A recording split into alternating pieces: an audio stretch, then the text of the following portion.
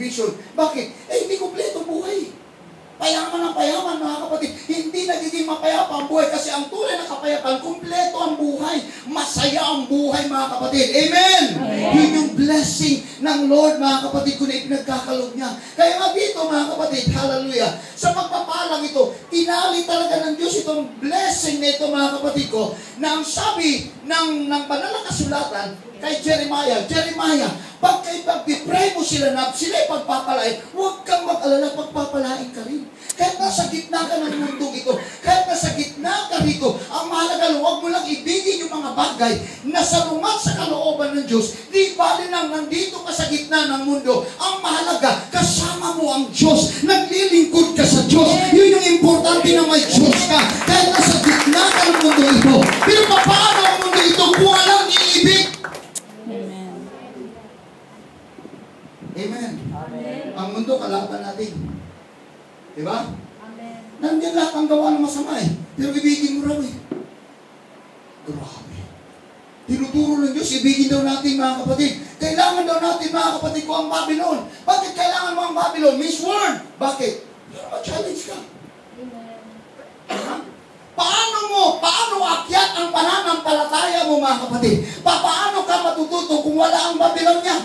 Amen. Ha?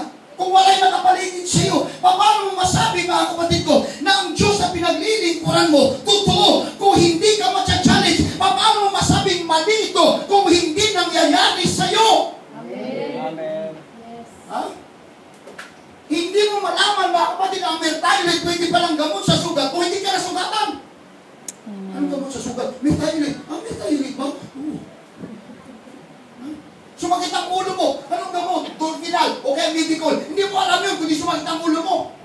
Pupunta ka kagad sa butika. Pabili nga ng gamot sa sakit ng ulo. Bibigay sa'yo medical. Hindi yung gamot sa ulo. Alam na naman, Diatab. Hindi Diatab ang ibibigay sa'yo. Dahil hindi ka naman nagtatain. Sakit ang ulo mo. Hello? Amen. Amen? Amen. So yun yun, mga kapatid. Kailangan pala ng Babylonia ikaw. Kailangan mo rin ang Babylonia, hallelujah, para ma-challenge ang faith natin sa harapan ng ating Panginoon. Kasi kung minsan, may mga mali tayong desisyon, hindi mo natutunan hanggat hindi ka, mga kapatid, nakakaranas. Amen. Totoo yun. Yes. Diba? Amen. Amen. Hindi mo mararanasan hanggat hindi nangyayari sa buhay mo, mga kapatid. Ang tanong naman, bakit kailangan ka rin ng Babylonia? Bakit kailangan ka ng mundo? Ngayon, bakit ka kailangan ng mundo? Paano rin nila malaman na ikaw ay naglilingkod sa Diyos kung hindi ka nila makikilala bilang Kristiyano? Amen. Sino magsasabing dakila ang Diyos? Ang Babylonia? No, sir. Sino magsasabing mabuti ang Diyos? Ang Diyos nagpapagaling. Ang Diyos nagbibigay ng kapayapaan. Ang Diyos nagpapala. Sino magsasabi nun? Di ba tayo church? Di ba tayo? Kaya kailangan nila tayo upang ang salita ng Diyos may parating sa kanila. Kaya kailangan kanila. Hindi nila alam ang kaligtasan na kay Jesus Christ pala. Yes, amen. Ha? Kung walang magmamahal, paala ka, tigas-tigas sa ulo mo, paala ka sa buhay mo, abay, mas matigas ka. Pakalam sa'yo, paala ka, ayaw mo maglingkod. Hindi pa nga niya alam ano paglilingkod. Ha? Amen. Amen. So, kailangan daw makita mga muna, mga kapatid. Everybody say amen. Amen. Para malaman nila na may Diyos ka. Para malaman nila na ikaw, hallelujah, na nasa kaharian na ng Panginoon, makilala ng Babylonia na mayroong Diyos, kakaibang Diyos ito. Bakit ba? Inaaway ko na, pero hindi pa rin pumapalag. Sinasaktan ko na, hindi pa rin pumapalag. Ano bang meron sa'yo? May Diyos ako, may Panginoon ako, kaya nakikilala ka ng mundo ito. Ang inagabyado ka, okay lang. Yes, amen. Kasi kailangan ka nila. Amen. Kung wala ka, saan sila pupunta? Kaya kailangan mong ibigin ang kaaway mo. Kaya nga ang sabi ng Lord sa Matthew chapter 5 verse 13 hanggang 16, naway maging asin kayo ng sanlibutan, maging ilaw kayo ng sanlibutan, para makita ang mga mabubuti niyong gawa. Yes, amen. Kaya ibig sabihin pala, tatapatan natin ang mabubuting gawa. Ang lahat ng masamang ginagawa ng tao sa iyo, pawang kabutihan. Kaya sabi ko, kung meron kumakalaban sa iyo, padalhan mo ng bulalo. Araw-araw! Tingnan ko lang kung hindi siya ma-high blood. Yun pala yun. Ha? Padala mong pansin. Let your light so shine before me that we may see your good works, para makita raw ang iyong mabubuting gawa. Dito nila masabi, kakaiba to. Yes. Amen. Kakaibang tao. Hindi mo, kinismis mo na. Tumatawa pa. Okay na. Ayos lang. Buti na mo, iba. Ano ba yan siya? Ano bang meron dyan? Oh, siyempre magtatanong yun. Yun na yun. Ipapaalam mo yung meron ka na wala sila. Kaya Yes. kailangan ka nila. Amen. Huwag mo sila pabayaan. Mahalin mo ang awan mo. Amen. Amen. Kung minsan mga kapatid, ini-stop natin pagka nasa loob. Bahala ka sa buwan mo. Walang pakialam sa'yo. Sino walang pakialam? Mas ikaw wala kang pakialam. Baka mamaya hindi ka pakialaman ng Diyos. Yes. Ano yun? Amen? Amen. Everybody say praise the Lord. Praise the Praise the Lord. Hallelujah. Sabi pa ng mga Hudyo, mga kapatid, sabi ni Jeremiah kasi, pag-pray nyo para pagpalain kayo. Ha? Sabi ng mga Hudyo, mga pagano yan eh. Wala namang mga kwentang tao yan eh. Biruin mo.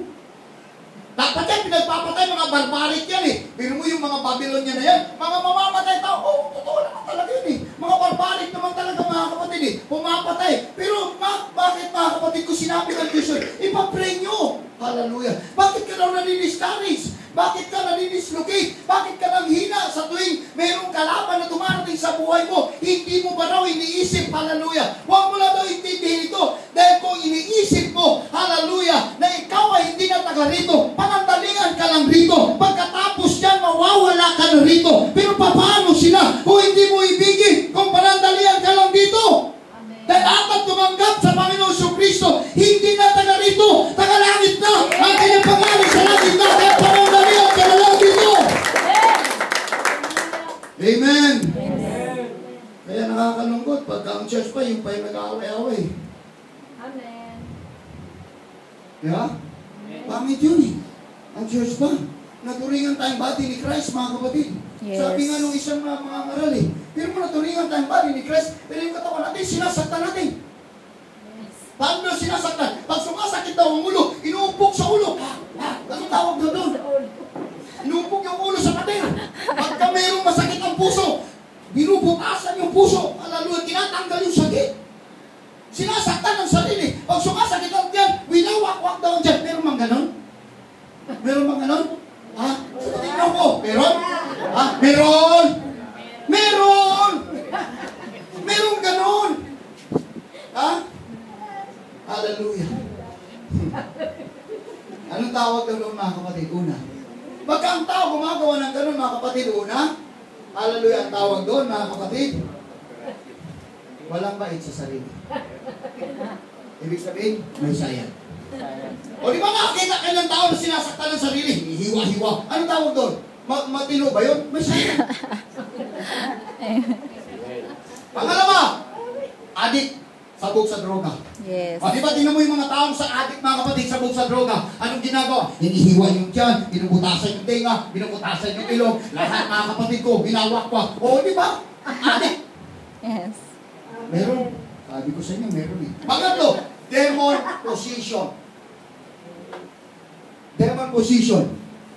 Napoposes ng demonyo. Pag binuhin mo, katawan mo, sasaktan mo. Ganon din tayo sa Church of God, mga kapatid. Isang katawan tayo. Kaya pag sinaktan mo, mga kapatid ko, ang kapwa mo, adik ka.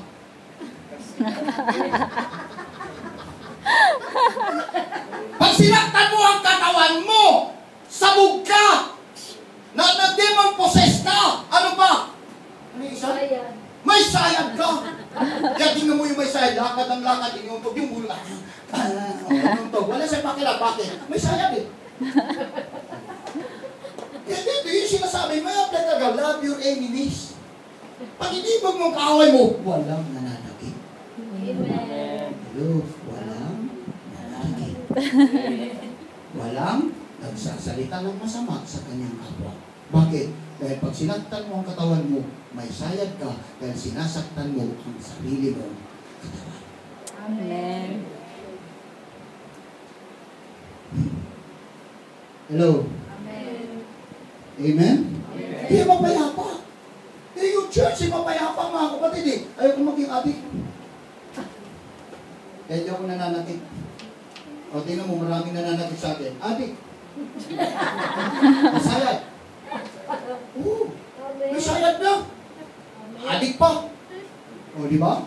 Totoo yun eh. Kaya pagka sinasaktan mo yung katawan mo, mga kapatid, kaya nga sabi nga, isa lang tayong katawan ng Panginoong Jesucristo. Kaya nga ang sakit ng kalingkingan, sakit ng buong katawan. Kaya nga para mairal yung sakit ng kalingkingan, sakit ng buong katawan, iibig ka, magmamahal ka, magpapatawad ka, uunawa ka, para mawala ang sakit, para hindi ka maging adik.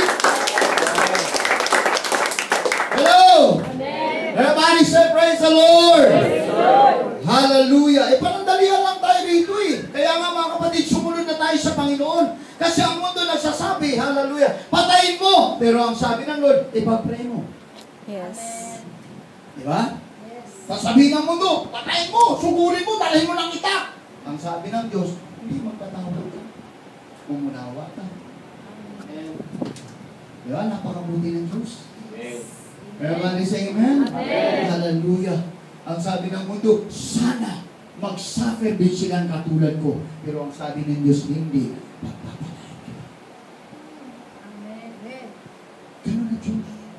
Iba ang salita ng tao kaysa sa salita ng Diyos. Amen? Amen. Kaya anong dapat natin gawin? Ipanalangin natin, kaaway natin. O isipin mo ngayon, yung hindi mo ka kakibuan na. Mag-isip ka na ngayon, bukas puntahan mo na. No. Totoo yun. Hindi sila maratyo. Kawawa naman. Mananagot ka. O, yung naging kaaway mo, puntahan mo na bukas! Kailangan mo siya ipanalangin mamaya. Sino ang mananalangin kung wala ka? Kung hindi ka mananalangin? Amen! Sino ang mananalangin sa kaaway kung hindi ka mananalangin? Aasahan mo ba yung mundo? No, sir! Ang inaasahan ng Diyos na mananalangin, ikaw na anak ng Diyos! Kailangan ka ng mundo. Manalangin ka, Lord, sana ang bansang ito matapos ang korupsyon. Dahil pagka natapos ang korupsyon, pagpapalain kami, biruin mo. Ang tatay ko sa probinsya, mapapadala na ng 1 litrong pataba. O, naambo na. Panalangin mo. Kaya mali pala yun eh. Ang gobyerno natin, rally dito, rally doon. Ano nangyari dyan? Kaguluhan dito, kaguluhan doon. Dapat ngayon, ang dapat ipatawag nila, manalangin tayo para sa kapayapaan. Dapat ang panawagan nila, mahal na presidente, mag-Bible study tayo sa Malacanang! Amen. Hindi yung tanggalin ang pork barrel! Hindi! Hindi ako, ano doon ha, wala akong pakialam doon, tanggalin nila, hindi. Ang punto ko, unahin dapat si Lord. Seek ye first the kingdom of God. Pag-inulan mo si Lord. At dapat, wala na kaisip ng ano eh. Amen. Ha? Wala na kaisip eh. Wala na kasi ako mag-comment kung saan magkukomment sa presidente. Dapat mahal ang presidente, una mong gawin, maglunsad ka ng prayer and fasting. Manalangin ka, mag-ayuno ka, magtawag ka ng pastor na mag-Bible study upang ang bansang ito gagaling. Hindi ito gagaling kung walang Diyos na mamagitan. Amen. Yes. Amen. Hallelujah. Kahit tanggalin pa yung lahat ng baboy dyan. Maraming baboy na pinapataba. Amen. Nasa moral ngayon. Amen. Amen. Tingnan mo nga, barangay captain nga na nagpapatayan. Isipin mo. Totoo yun eh. Ako ayaw ko sumama sa mga rally-rally. Pero kung magtawag mga kapatid ko, hallelujah, yung mga nanunungkulan sa simbahan ng prayer and fasting, doon pala ako sasama. Prayer and fasting, hindi para pabagsakin yung presidente. Kahit sino namang ilalagay dyan eh. Kung ang kulang talaga si ang Diyos Hindi pa nailuluklok talaga ang Diyos sa pamahalaan Hindi pa talaga hawak-hawak na